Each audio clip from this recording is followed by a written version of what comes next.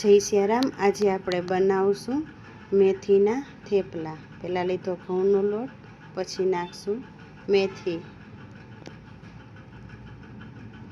પછી નાખશું આપણે લીલા ધાણા, જેથીને સ્વાદ સારો આવે। પછી નાખશું આપણે એમાં લીલા મરચાંની આદુની પેસ્ટ,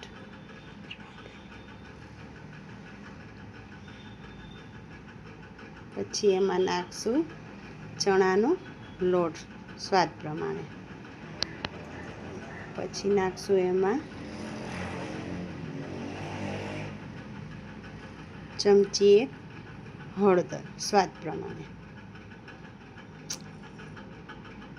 પછી નાખશું થોડું મીઠું અડધી ચમચી,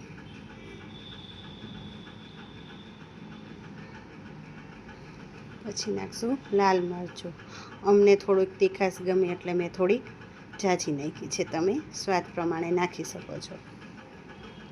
પછી નાખશું ધાણા જીરું પીસેલું સ્વાદ પ્રમાણે, પછી નાખશું સફેદ તલ ચમચી એક, અને થોડો નાખશું અજમો, જેથીને ટેસ્ટ બહુ સારો આવે અને અત્યારે ચોમાસાની સિઝનમાં મજા આવે।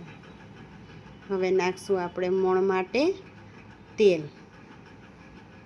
મેં નાખી છે 5 ચમચી, તમને જે રીતના ફાવે એ રીતના નાખી શકો છો। હવે આપણે બધું મિક્સ કરશું લોટ,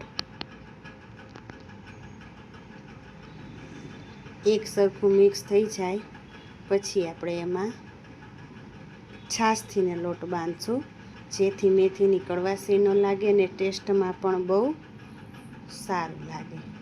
તમને છાશ ન ફાવે તો પાણી નાખી શકો છો। લોટ બાંધીને કમ્પ્લીટ થઈ ગયો છે।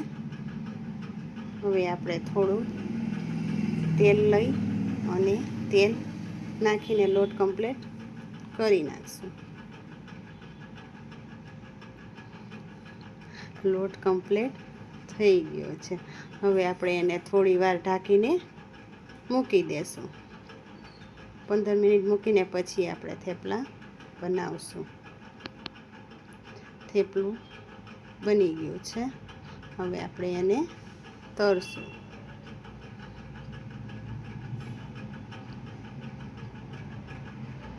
લોટી મૂકી દીધી છે। પહેલાં થેપલું નાખીને તમને જે રીતના ફાવે એ પ્રમાણે તેલથીને તળી શકો છો।